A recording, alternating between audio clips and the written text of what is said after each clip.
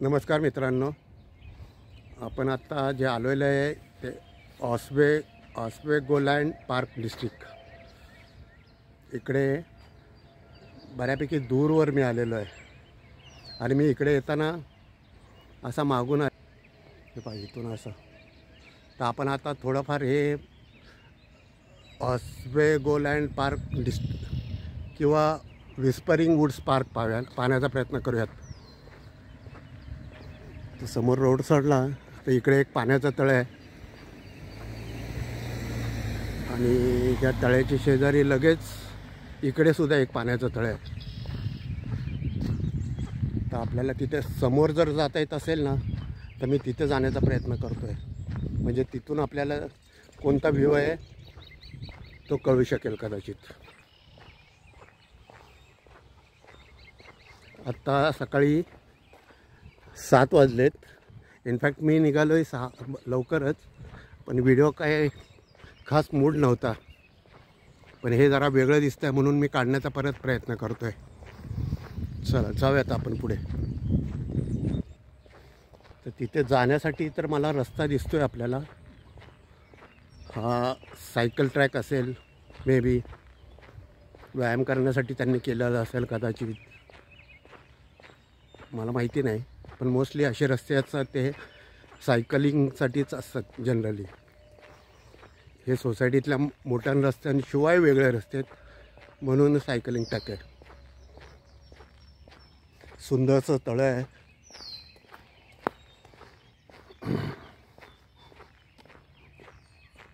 आता आपण त्याच्यामध्ये जाऊयात. तर जवळ आल्यानंतर पहा हे असं दिसतंय.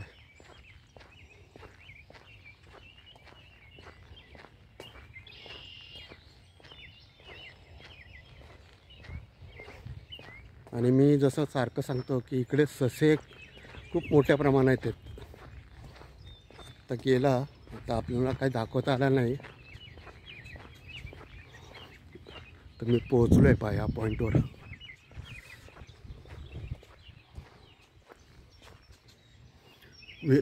सकाळी किंवा संध्याकाळी विरंगुळ्यासाठी बसण्याचं एक ठिकाण केलेलं आहे.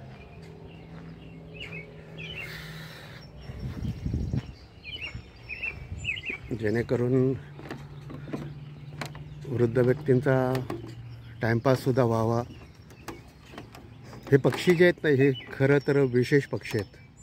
हे पण मी हे जे दाखवतो आहे ना, हे बदकासारखे पोहतातसुद्धा आणि बगळ्यासारखे उडतातसुद्धा. पण ह्याचे बगळ्यांशिवाय पेक्षा हे साधारण मोरासारखा कलर आहे त्यांचा. मानेकडे आणि खालच्या बाजूला ना मोरासारखा कलर आहे त्याचा. फुलोरा नसेल पण जनरली असा. आपण त्या समोरच्या बाजूने असं इकडे आलोत. हे पाहिजे तळ, म्हणजे तिकडून आपण आलोत जर दिसत असेल तर.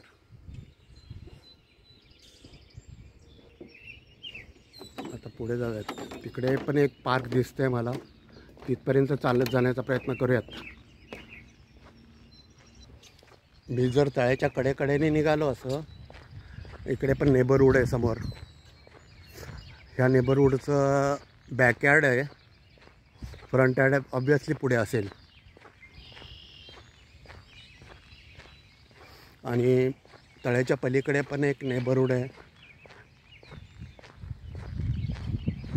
तर घरात सुखसुविधा करताना किती केल्या जातात तर मी तुम्हाला एवढं सांगेल. हे जे आपण सार्वजनिक ठिकाणी सरकारी खर्चाने खेळायच्या वस्तू असतात त्या इंडिव्हिज्युअल त्या ग्रस्ताने आतमध्ये आणून केलेल्या आहेत बघा बॅकयार्डमध्ये. ही जिण्याची पद्धत तर मला इतर ठिकाणी काही कुठे दिसली नव्हती. ते इथे कॉमनली दिसते. म्हणजे जसं ह्या बाजूला पहा हे जिने केलेले आहेत फर्स्ट फ्लोअरसाठी. इथे पाहता 3 फ्लोअर दिसतात मला. 1 2 3. ह्याला बेसमेंट नसावं कदाचित. त्यामुळे फर्स्ट फ्लोअरसाठीच त्यांनी जिना केलेला असेल. तसंच तिकडे सुद्धा असंच आहे, 1 2 3.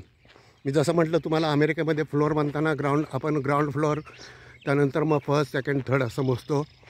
तसं इकडे ग्राउंड फ्लोअरलाच फर्स्ट फ्लोअर म्हटलं जातं.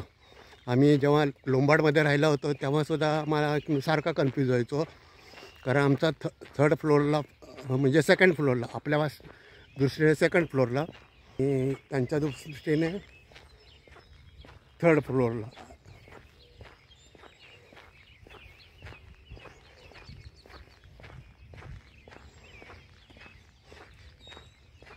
आता आणखी थोडं पुढे जाऊयात आणि पुढून कसं दिसेल ते पाहण्याचा प्रयत्न करूयात.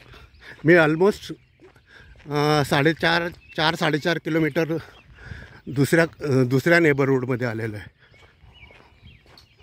खरं तर मित्रांनो, हा मोबाईलचा कॅमेरा न्याय देतो की नाही मला माहिती नाही आहे, पण गोप्रोच्या कॅमेऱ्याने इतकं सुंदर दिसतं.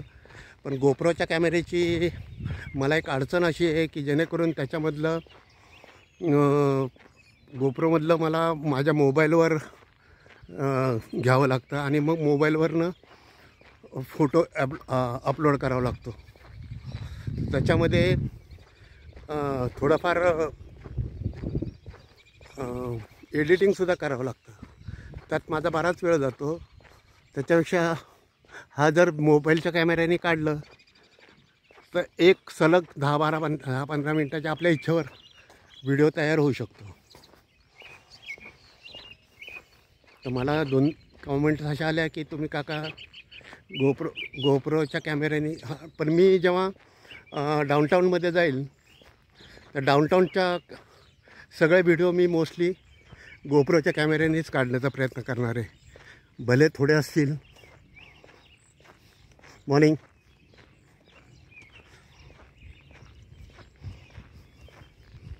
हे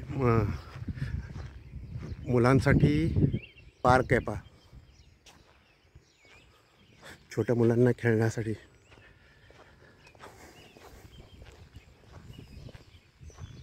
आणि हा परिसर तर खरं इतका सुंदर दिसतो आहे, पण बरंच तिकडनं दूर नाही आलेलं आहे. पुन्हा इथे सुद्धा बसायची सोय हे मुलांना खेळण्यासाठी केलेलं आहे. इथे वाळू टाकलेली आहे, ही वाळू आहे. आणि इकडे सुद्धा अशी बसण्याची, वृद्धग्रस्तांना म्हणा किंवा सर्वांना बसण्याची सोय केलेली असेल. हे मुलांना खेळण्यासाठी. इथे काय लिहिलं आहे नाही, हे लँडस्केप स्ट्रक्चर, काही इन्स्ट्रक्शन्स लिहिले आहेत. 5 ते 12 वर्षाच्या मुलांसाठी आहे. मला खरं असं वाटतं आहे की वरनं एक शॉट घ्यावा, पण जेणेकरून रिस्क नको म्हणून मी टाळतो ते. पण हे मुलांचं खेळणे आहेत. त्याच्याशिवाय मी तर आपल्याकडे असे झोके पाहिलेले आहेत गार्डनमध्ये, पण असं काय पाहिलेलं मला आठवत नाही आहे. असेल आपल्याकडे इंडियामध्ये, नाही असं नाही मी म्हणत, पण मी तरी पाहिलेलं नाही आहे. इवन हे सुद्धा आपल्याकडे आहेत. म्हणजे आपल्याकडे म्हणण्याचा माझा एवढाच उद्देश आहे गड्यांनो, फक्त की मी पाहिलेलं नाही आहे, तुम्ही पाहत असाल, पण मला हे जरा वेगळं वाटतं.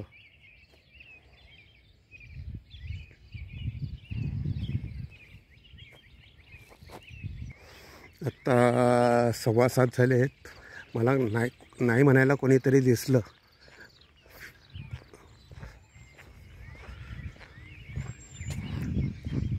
आणि हे कार पार्किंग, मी परत सांगतो, हे कार पार्किंग फक्त जे हँडिकॅप पर्सन असतात त्यांच्यासाठी आहे. अदरवाईज $250चा फाईन आहे जर इथे सदन माणसाने गाडी उभी केली तर.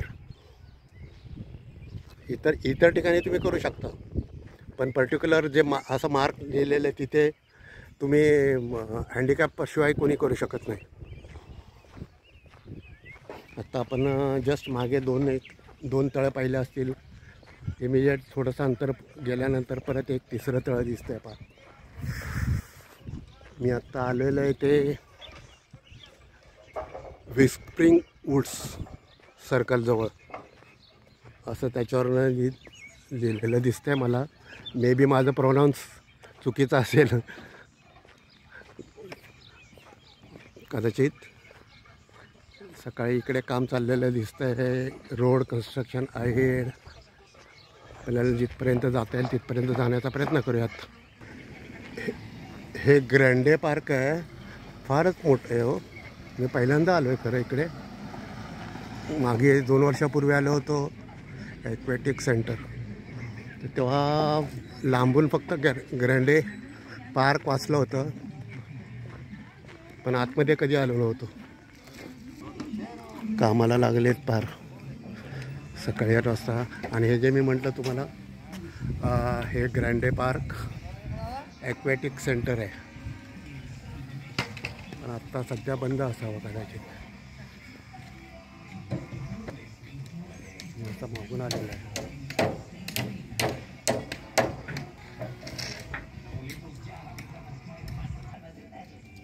ग्रँडे पार्क दिसतं आहे.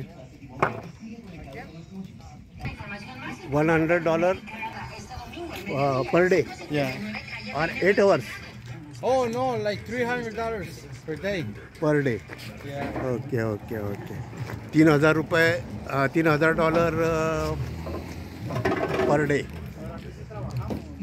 म्हणजे 8×3 = 24, 2,40,000 मोस्टली होत असावेत. मला हे डॉलरचं गणित नाही कळलेलं. आणि मी खरं तर मी आता यांच्याशी चर्चा करत होतो खरं, तर त्यांना किती म्हटलं महिन्याला मिळत आहे ते विचारत होतो, तर ते म्हटले की $3,000. त्यांनी मला एवढंही विचारत होते की तुमच्याकडे किती मिळतात, तर मी म्हटलं जनरली $1,000 पर डे. 700-800 असेल, पण मी 1,000 म्हटलं होतं त्यांना. सो तर हा पूर्ण राऊंड मारूयात आपण. माझ्या मागून गाडी आलेली आहे खरं. इथं गाड्या जरी आल्या ना, तर त्याची काळजी करण्याचं काही कारण नसतं. आपल्याला जरी लक्ष नसलं तरी त्या ड्रायव्हर लोकांचं मोस्ट प्रॉब्ली खूप लक्ष असतं. हे आपल्याला भेटलेले आहेत मित्रांनो, आणि मॉर्निंग वॉकसाठी आलेले आहेत. वेलकम. तर त्यांना पण आपल्या इंडियाबद्दल बरंचसं ॲप्रिशिएशन आहे. आणि मी यांच्याशी चर्चा केली, मला खूप आवडले हे. Thank you. Nice meeting you sir.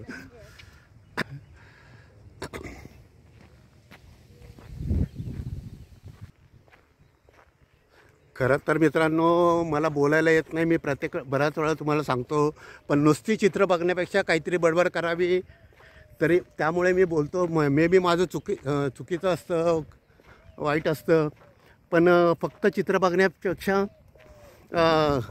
काहीतरी तुम्ही मला नावं ठेवत असाल तरी त्या बाबतीत काय वाद नाही. पण मी मॅक्झिमम प्रयत्न करतो, आणि जितकं मला माहिती असेल तितकं मी मोस्टली देण्याचा प्रयत्न करतो आहे.